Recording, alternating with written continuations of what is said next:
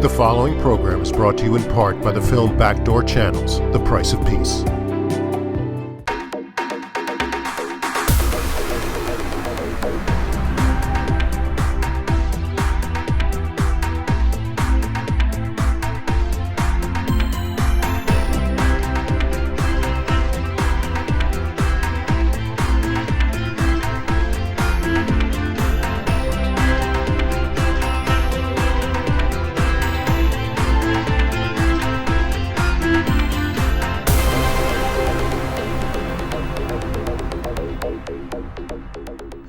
Welcome to another Leon Charney Report. We have a really eclectic and exciting show tonight.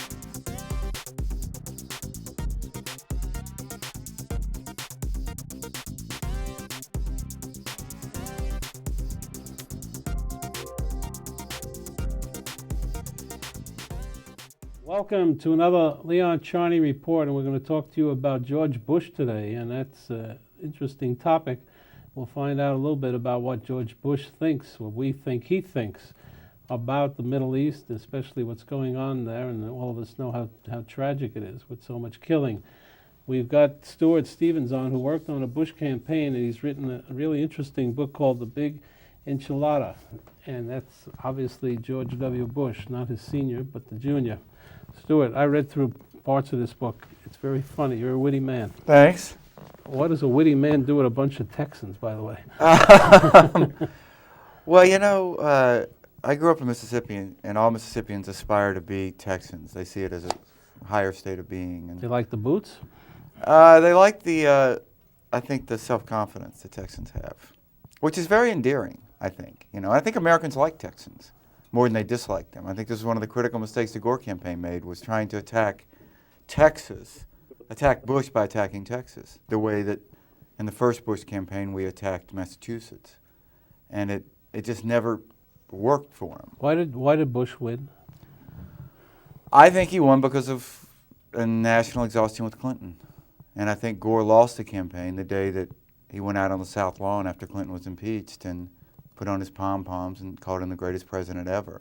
It's one of these sort of Faustian bargains in life, I think, that had Gore and other members of the cabinet that Clinton had lied to, had they resigned or threatened to resign and forced Clinton to resign, which would have happened in England and in a lot of places, and Gore had become president, I think he'd still be president today. Because of a parliamentary system, they would have brought him down. All right, Stuart, what was your position in the Bush campaign? I worked on the television advertising and strategy, which is my background. I'm that evil permutation of the system known as a media consultant.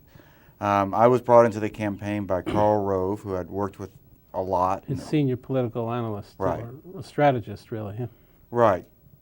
And a guy named Mark McKinnon, who really assembled a media team. Mark's this wonderful character from Austin, who had been a Democrat, had been Ann Richards' press secretary, actually. Really? Yeah. And which George Bush, we have to point out, beat Ann Richards in the governor's campaign. In 94. Right. And Mark had been her press secretary in 90 when she beat Clady Williams in what was seen as a big upset at the time, though Clady kind of committed suicide. Oh, 1 second. Remember that remark that Ann Richards made at the convention that George Bush was born, George Bush Sr. with a golden spoon or something like that, right? Born with the silver spoon. Yeah, she also used to say that he was born on third base and thought he hit a homer. Or thought he hit a triple, I guess. Which actually I think Ann Richards really did a disservice. That was in the Dukakis convention. Yeah. Because, you know, once she kind of went with that nastiness and that personal attack, it kind of gave Republicans permission to go after Dukakis, and it was difficult for him to say, well, you know, we want to run a high-minded campaign. But a very flamboyant character, a real Texas character.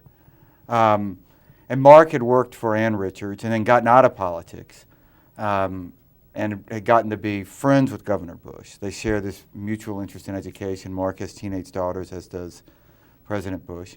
And the governor lured Mark out of retirement, and Mark brought me in really to be sort of his Republican beard. And I'd worked a lot in the... Are you a Republican? Yeah. How long? Oh, you know, when I grew up in Mississippi, we didn't have parties because It's Southern Democrats. there were only Democrats. Southern Democrats. So I was part of this crowd like Haley Barbour, that we all became Republicans. We didn't know what it meant. Haley Barbour was the national chairman of the Republican Party. Right. A little overweight sometimes. Haley's well fed, prosperous, shall we say. You know, he ran for the Senate against John Stennis, and I did his campaign, and he lost 60 pounds. And the night he lost the campaign, it was sort of a toss-up whether or not he was more disappointed to lose, but now he could eat again, so it was some consolation. But we all became Republicans, not because we knew what Republicans were, but because we knew we didn't want to be like the old line Democrats who were, you know, John Stennis, John Eastland.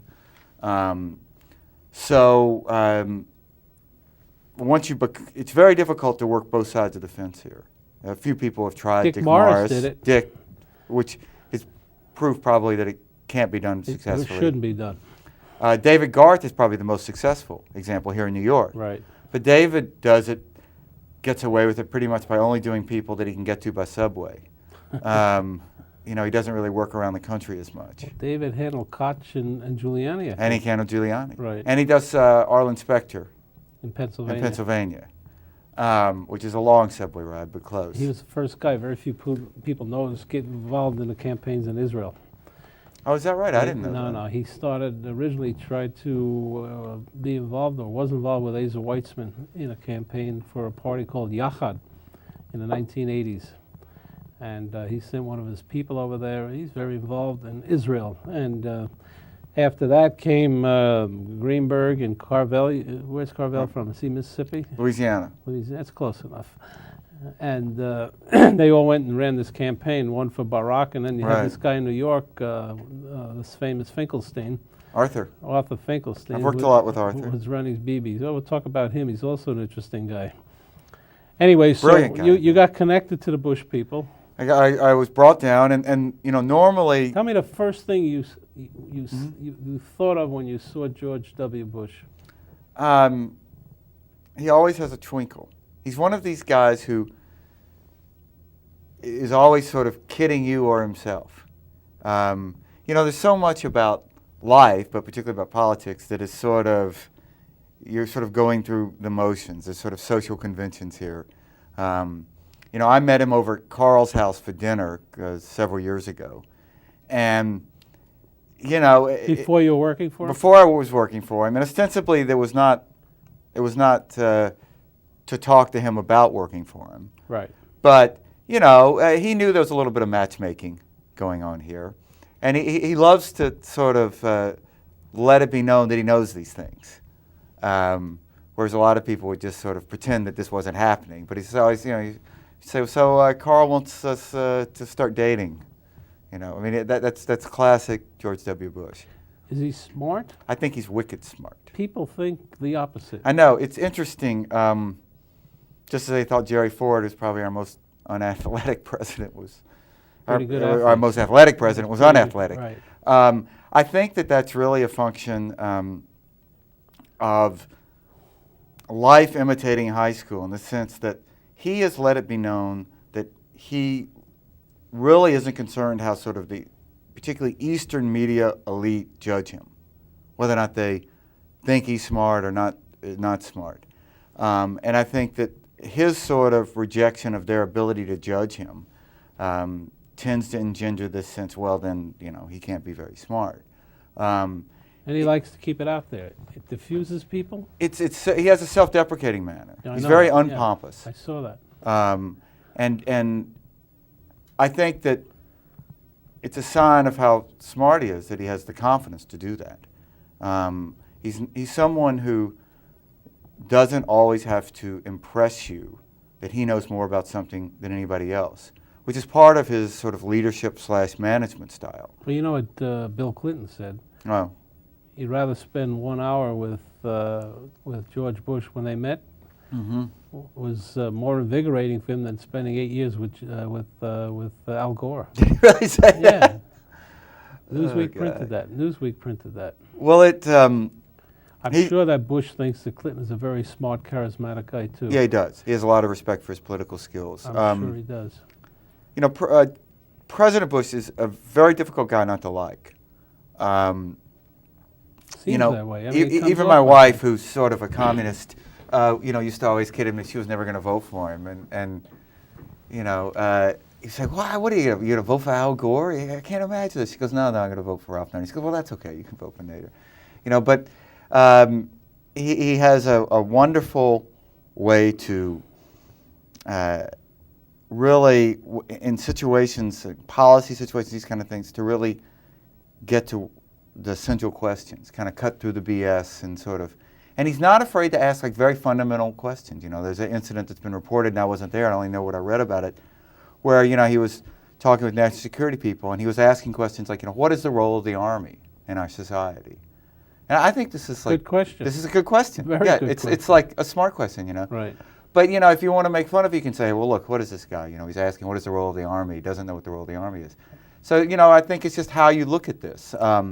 And it's one of the sweet ironies for those of us who worked in the campaign and admire the man, which everyone who did work in the campaign, I think, did admire him, that you can make a good case that he won the campaign through the debates. And Really? I think that Al Gore and the whole crowd around him really thought that in the debates that he would sort of, Fade. just be like an ice cube on a, He was summer not- sidewalk, and Right.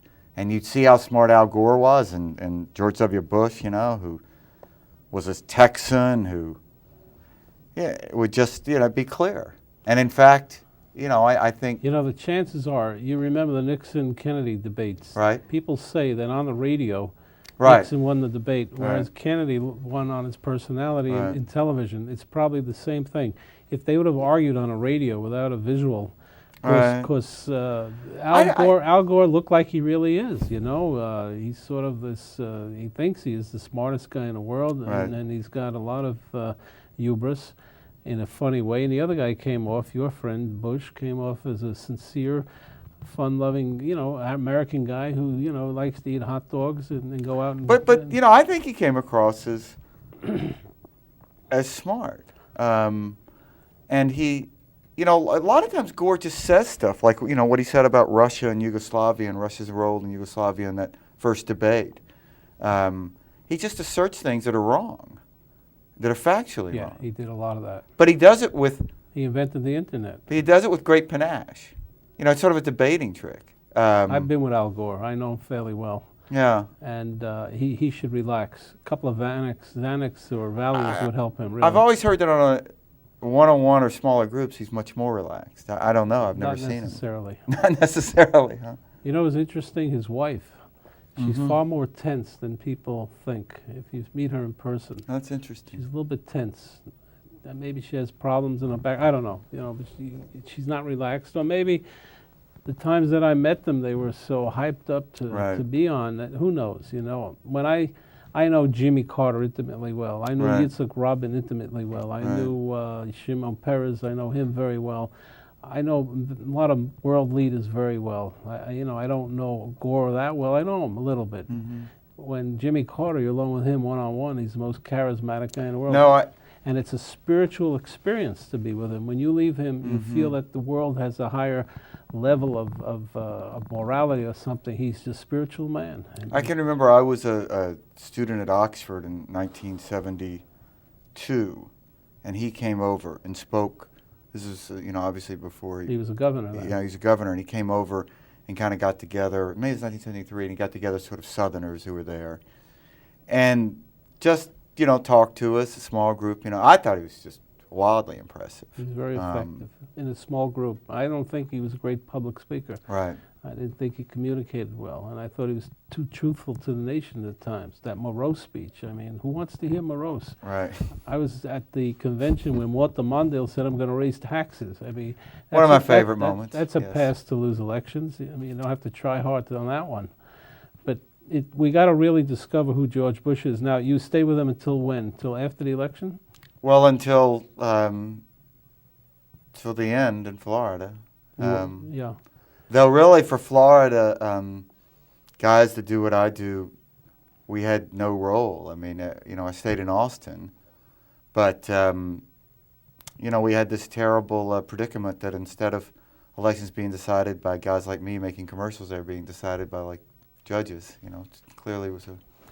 Has George W. read the book, or you don't know? My friend Mark McKinnon, who I did the campaign with, he was staying in the White House and gave the president a copy, and apparently he did read it and liked it, and was telling Mark. In fact, this has been reported to him that he liked it. Really? All right, we got to cut for a break.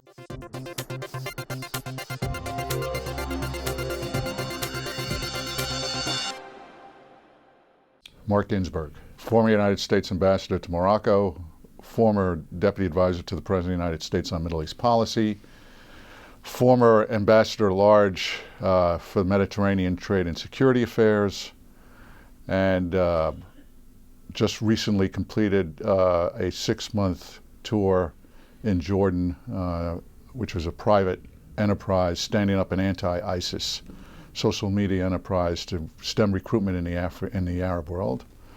And I'm a TV commentator for MSNBC and CNN and Bloomberg on the Middle East and every other channel you can think of.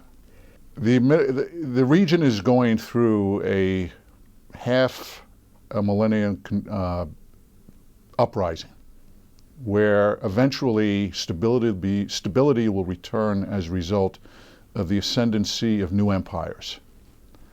And the nation states of the region, which more or less were created artificially at the end of World War I, their borders are going to begin disappearing slowly but surely. And that may not take place throughout the 22 members of the Arab League, but the manifest destiny that the Iranians have set for themselves in the region will eventually collide against what are the decaying Sunni states of the region. And they're decaying because they have very little in the way to offer their people. And that's part of the great problem that these states have, is that in the end, what people want are jobs, hope, progress, and none of that now is happening. And when oil is at $27 a barrel, and most Arab states that produce oil have to break even at $60 a barrel, you can imagine what it's doing now for the region, even those wealthy states.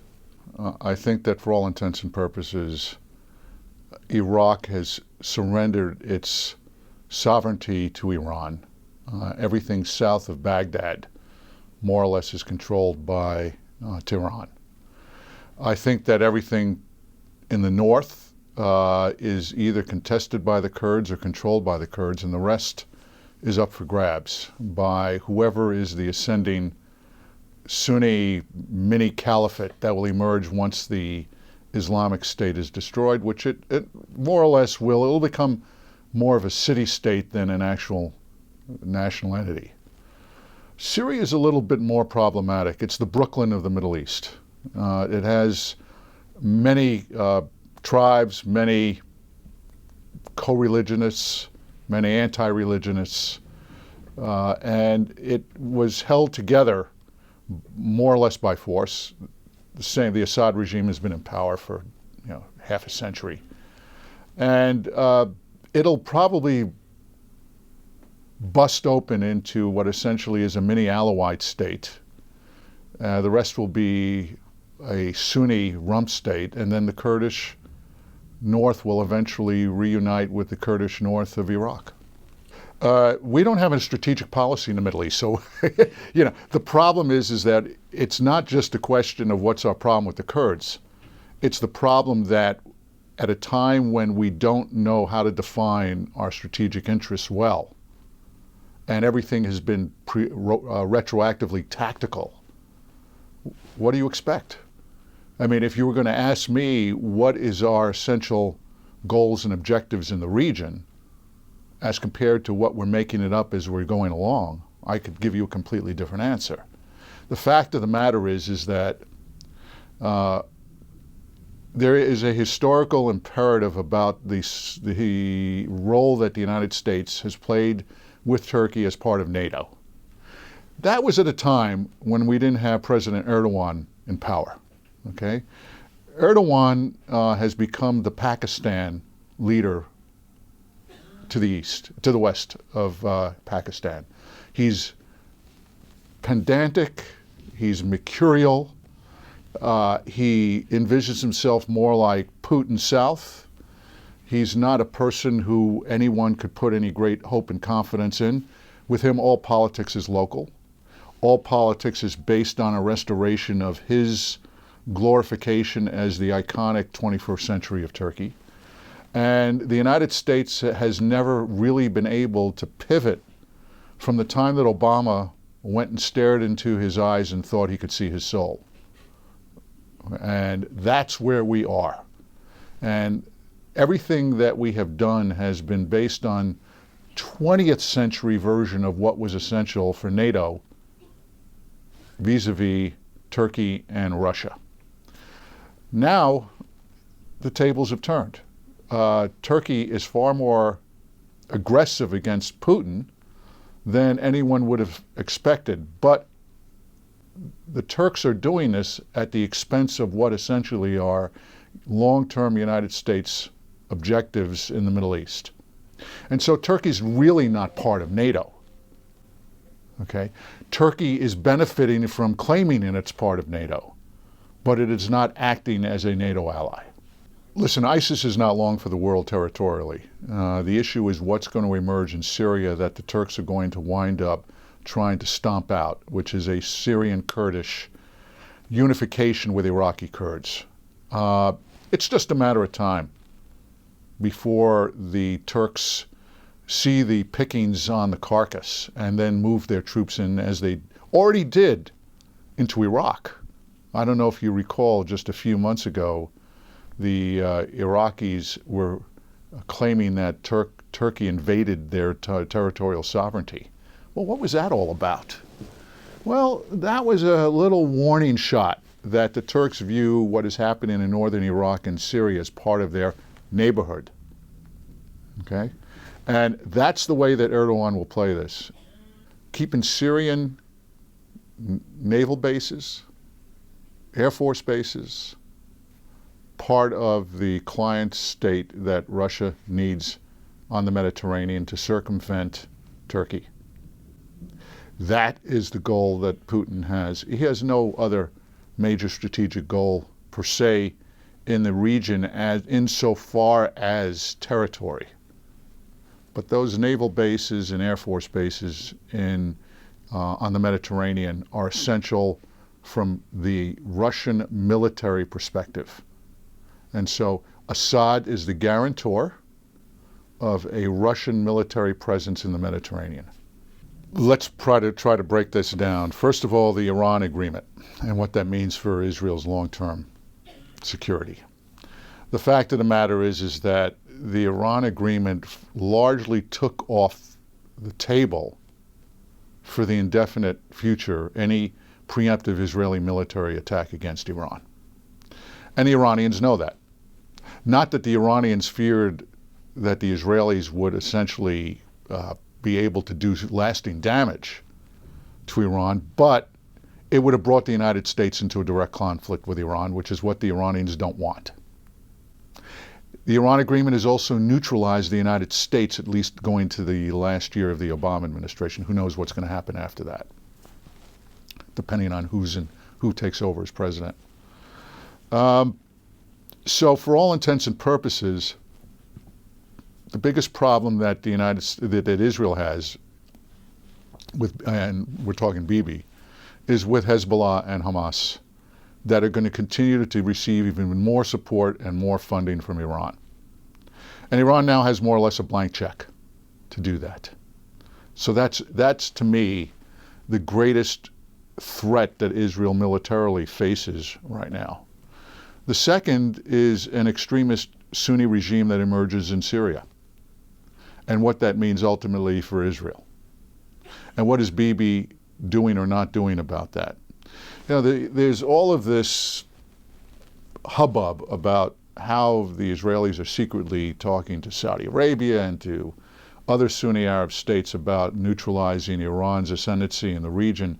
The fact of the matter is that just as President Obama's team lacked any strategic foresight on how to deal with the situation in the region, it's interesting that the same malady afflicts Netanyahu. He lacks a total strategic vision for Israel's long-term safety and security in the region. It's all very much tactical, and it's all very much, in some respects, unable to convince his own military and the military establishment in Israel that he has a strategic vision. They have been consistently opposed to almost every aspect of anything that he has attempted to talk about or to do in the region since he became prime minister. Very little of the military establishment have been on his side. That says a lot to me about his failures as a prime minister in terms of dealing with the long-term safety and security of Israel. Now, that to me, again, is what I find most problematic about his role as prime minister. His leadership, to me, calls into question the ultimate irony, which is he claims that he is the greatest defender of Israel's security, but yet he suffers from the same malady that Obama suffers from.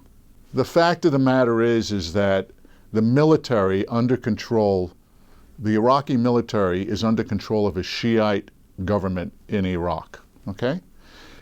There are the irregular Shiite militias that are ultimately were part of the efforts to take back Ramadi, Fallujah, you name it. The Americans insisted that in order to at least preserve the capacity of Sunnis to come away from ISIS and come back to the side of what essentially is old Iraq, required that the militias, the Shiite militias, not be part of those efforts. The United States has poured in 3,000 trainers to train a so-called restoration of the Iraqi army after its total annihilation, so to speak, at the hands of ISIS after the Battle of Mosul. I don't look at things as black and white as that. You know, if you're talking about an Israeli, Israelis always like to say, well, it's black and white. There's no, Israelis always look at things in black and white. There's no shades of gray. In Iraq, there are 5,000 shades of gray. And Israelis always like to see things in black and white. There's no peace process. It's the rest in peace process. I blame both sides for what has happened, and I also want to add in my aversion to what John Kerry tried to do when he became Secretary of State. Let's take the clock back a bit. 2 years. John Kerry becomes the accidental Secretary of State because Susan Rice was not acceptable to the Senate. That would have been a disaster, as in and of it was, if she ever had become Secretary of State for the United States. She was never qualified. She was never ready for prime time to be Secretary of State. And John Kerry declares within weeks of becoming Secretary of State that he had an epiphany, that he was going to not just to start a peace process, but he was going to produce a final settlement between the Israelis and the Palestinians in 9 months. Those were his words. And so he set about, in effect, to do what I would say as a lawyer is impossible. The lawyer arrives and you have a party A and party B. And the lawyer says, the lawyer, not party A or party B, the lawyer says, party A, you're going to sell that Cadillac to party B. And party B says, I don't want to buy the Cadillac. And party A says, well, I don't know if I want to sell you my Cadillac. And the lawyer is trying to convince both of them to buy the Cadillac and to sell the Cadillac. You know, I'm a lawyer. You cannot force two parties to buy or sell anything unless both parties are willing to buy and sell. And John Kerry threw his lot into this mixture without any real understanding.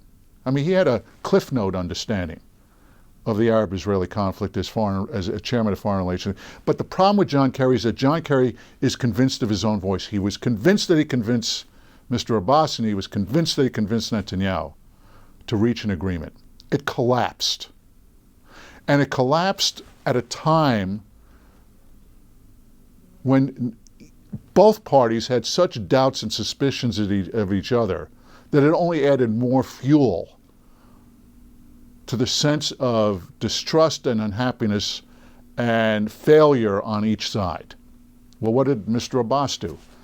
He refused to make any concessions, and he ran to the United Nations. The Israelis continued to build settlements and to construct housing in East Jerusalem. There's no doubt Bibi had no intention of breaking up his coalition in order to reach an agreement that Mr. Kerry wanted. And Abbas had no intention of offering the compromises that the Palestinians have consistently refused to offer Israelis to justify coaxing Israelis to the table. It's the same problem the Palestinians have had ever since Arafat. When it comes to making the compromises that are necessary to win the silent majority of Israelis, they run for the hills. They want everybody else to force the Israelis to make concessions, but they will not. In effect, Abbas will never go in front of his public and say what he said to me and say what he said to Israelis. And that's the problem. Conditioning the Palestinians to the compromises that are necessary was essential, and it all collapsed when John Kerry was forced to walk away. If you were to ask me what are the elements that would bring about a Palestinian state from the Palestinian side to convince Israelis that they are going to be good neighbors, I have yet to see that bill of particulars put in front of the Israelis in a way that is convincing to Israelis. Now, Abbas had his opportunity several times here to do that, but he hasn't. And it's very hard, frankly, for you to make those concessions to Israelis when your own house is completely in disorder. He has no respect among his public. He's lost a lot of respect. Hamas is still a force to be reckoned with in both Gaza and the West Bank. If there were an election held today, he would probably lose his his shirt. How does a person like that make concessions at this point? I mean, you and I also know that before last summer's latest war, if there had been an election held in the Gaza Strip, Hamas would have lost hands down. I mean, that is an objective statement of fact. Their preemptive efforts to start a conflict with Israel and the tunnel construction was based on a realization that they had lost almost total public support within Gaza. ISIS is everywhere. They're in Sinai, they're in Gaza, they're in Palestine. There are people who have that a radical Islamic view of life, and they're just one step away from getting on the Underground Railroad, except unfortunately it's now come to the realization of most of these people that if they go to Syria they'll probably get killed. Happiness and in an Islamic state is no longer the illusion that it once was.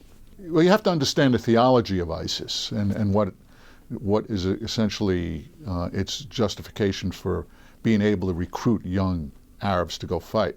Territory, the legitimization of the caliphate. You take away their territory, more territory, they become increasingly delegitimized. The fact is there are people who are still making their way there, but the numbers are far less than they were, reasonably less than they were before, in the heyday of a year ago. They can't make their payroll, their oil exports are being cut, the Kurds are slowly grabbing back more and more territory. Life is not great for ISIS outside of Mosul. It's not ISIS that will never die. There's always been a little bit of ISIS inside every Arab's head. How do you take a religion that has had a history that is based on a historical imperative that takes it back to the days of Muhammad and the glory days of Islam, and when, as Arabs learned and studied all the years growing up, putting aside the extremism ideology, which is a poisonous travesty on Islam itself. But in the history books, Islam made it all the way to the gates of Vienna. They made it to Spain. They thrived. The Ottoman Empire was a glory days. I mean, go and stand in front of the Topkapi Palace in Istanbul and watch how many Arabs traveled to Istanbul to see the glory days of what Islam stood for as the Ottoman Empire. To understand that, you must understand ancient Arab history. Put the Crusades aside. To understand that there's a yearning for a day in which there was a sense of pride, confidence, and for all intents and purposes, peace. I mean, the Ottomans and most of the empires that thrived in the middle centuries in the Arab world or in the Middle East were not cutthroat, murderous, diabolically evil leaders. They were autocratic leaders, but you have autocratic leaders in the Arab world today who are not necessarily cutthroat, murderous, etc. BDS, everybody understands what BDS is: boycott, disinvestment, and sanctions. That has been a very convenient slogan for Palestinians who are more radical and who believe in a two-stage solution rather than a two-state solution. Meaning, let's get a state back in Palestine and then we'll go take over the rest eventually, as compared to a two-state solution. There's Palestinians who believe in a two-state solution, and there's Palestinians who believe in a two-stage solution. Those within Palestine who are supporters of BDS are intolerant of people who disagree with them about Israel. And they hide their so-called efforts to choke off trade with the settlements. It really is an effort at a two-stage solution. I don't buy, and I've spent a lot of time in Palestine, so I know from what I speak. The socialist Europeans and the so-called closet anti-Semites who buy in to the delegitimization of Israel and use BDS as it's almost more or less, it sanitizes their attitudes towards Israel. I have a no-take prisoners attitude about BDS. Okay? I have no illusions. I'm against settlements. I've always been against settlements. I am not anyone who would ever believe that the Israelis are justified in the policies they pursued in the West Bank. But I have no illusions about what BDS is about and what it does in legitimating anti-Israel mentality in Europe. But I think it comes down to the fact that when you look at the governments of Sweden and Denmark and France, and there's a certain sense of injustice, socialistic injustice. You don't see Bernie Sanders championing Israel too much, do you? It's part of their mentality of socialism. Okay, the very socialism that founded Israel is being used in Europe against Israel.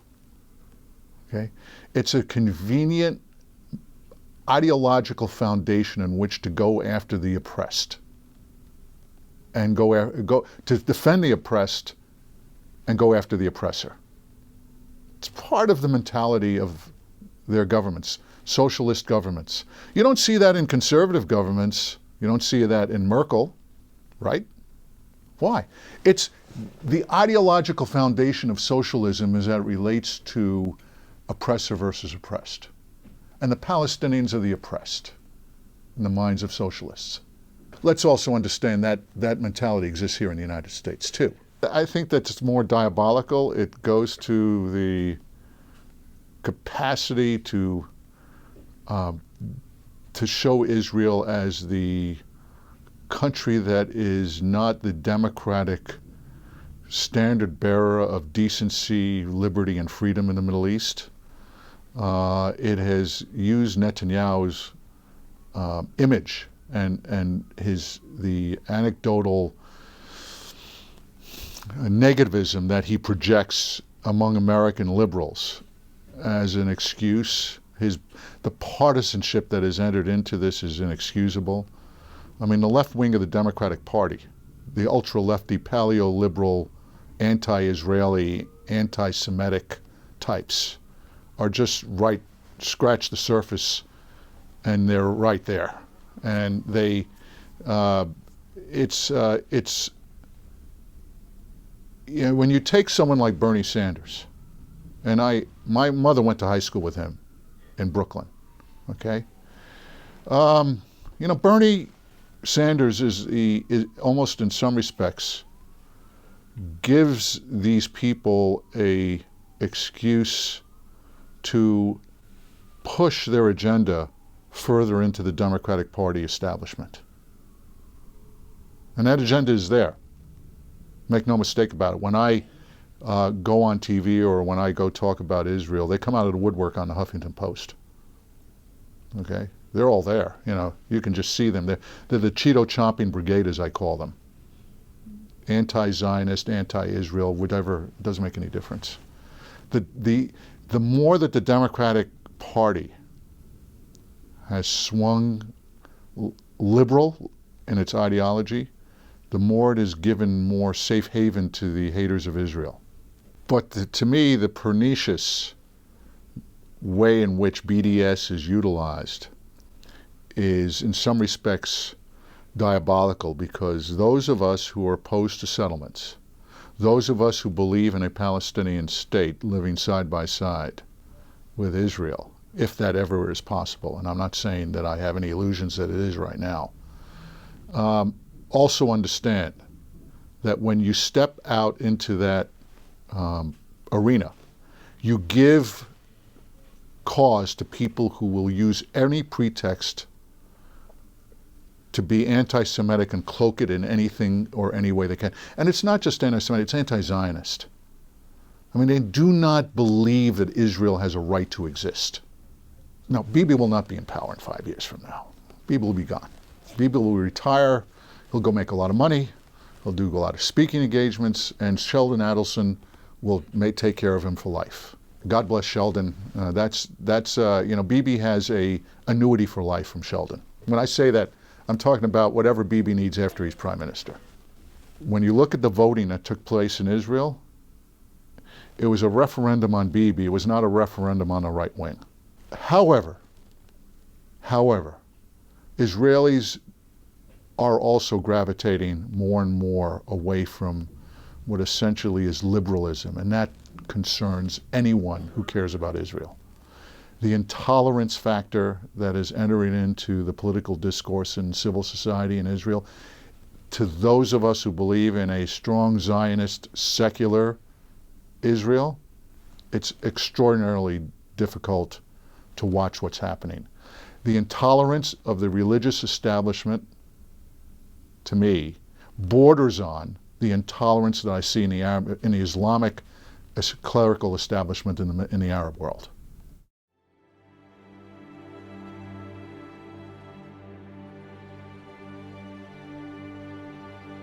Peace means taking into account the dignity of other people and the fact that there are other people who have certain rights.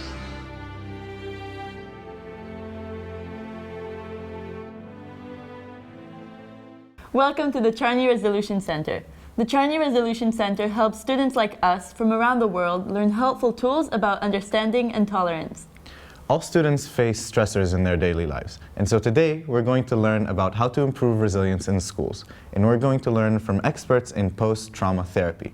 And these experts are Professor Nati Laor and Professor Hamiel. Yes. Now, what is resilience? Resilience is the capacity of a person, a group of persons, a system, an organization to withstand challenges and recuperate and even improve under that challenge. Hello. We wanted to ask you a few questions. The first being, what are you going to speak about to us today? Okay, I'm going to speak about resilience and basically about a program about resilience that we are doing in schools. Actually from kindergarten, from age 0. And all ages of children, and even with the elderly. It's a resilience program, how to learn to be more resilient. How do you think that presenting a presentation about resilience is to a young audience is different than to an older audience? First of all, I used a lot to talk to school psychologists, counselors, teachers, and it's really refreshing for me to talk with students. And I think that you are at the right age to make the difference. I mean, all your life is in front of you, and it's a really good time. You are mature enough to learn, and you are young enough that you have all your life before you, so it's a good time to improve your resilience. But very slight connection between dangers and fear. And I can give you a very clear example of that. Flying on a plane and riding a car. Okay, there is no question what is more dangerous, right? It's much more dangerous to ride a car than to be on a plane, right? To be a passenger on a regular plane. And still, most people will not have problem to ride a car, and many people have a fear to be on a plane. I was wondering, when did you find out about resilience? At what age? And how did it develop from there? Well, I was just finished my, I was graduating from clinical psychologist, and I became a psychologist, and there was a big strike in Israel, big psychologist strike, and nobody cared. And I asked why people don't care about psychologists who are under strike, and I found out I'm not really very efficient for my community if I'm just working one patient by one patient. And with some other colleagues and friends, we decided to do some work with mass of people, and to start with young kids to improve, like to do a preventive work, that in the future they will not have to go to psychologists. Can you see the difference between, you said you're trying to do preventive work. Do you see the difference nowadays versus 10 years ago in the schooling system and in what you tried to change? We already did the program for 500,000 students in Israel. So it's a big difference, and we know that the atmosphere in these schools changed a lot, and we did a lot of studies, a lot of research to find out that their psychopathology is less PTSD, less test anxiety, less depression. So we know that the program is working and kids feeling better. And so where do you think you can apply things that you learned in the lecture in your life? I mean, most certainly in stressful situations, as we were trying to cope with them today. For me personally, I find the test, like when I was supposed to do something on standpoint, very stressful. So I'm gonna try the breathing thing. If it works, I would be extremely excited about it. Actually, we are now in a process to give our program to the Ministry of Education of Israel. They accept the program as a national program. So kids in Israel will learn it like they're learning math and history and Bible. They will learn resilient. Oh, that's amazing. So to go everywhere. We hope you enjoyed the show. And learned a little bit about resilience. See you next week at the Charney Resolution Center.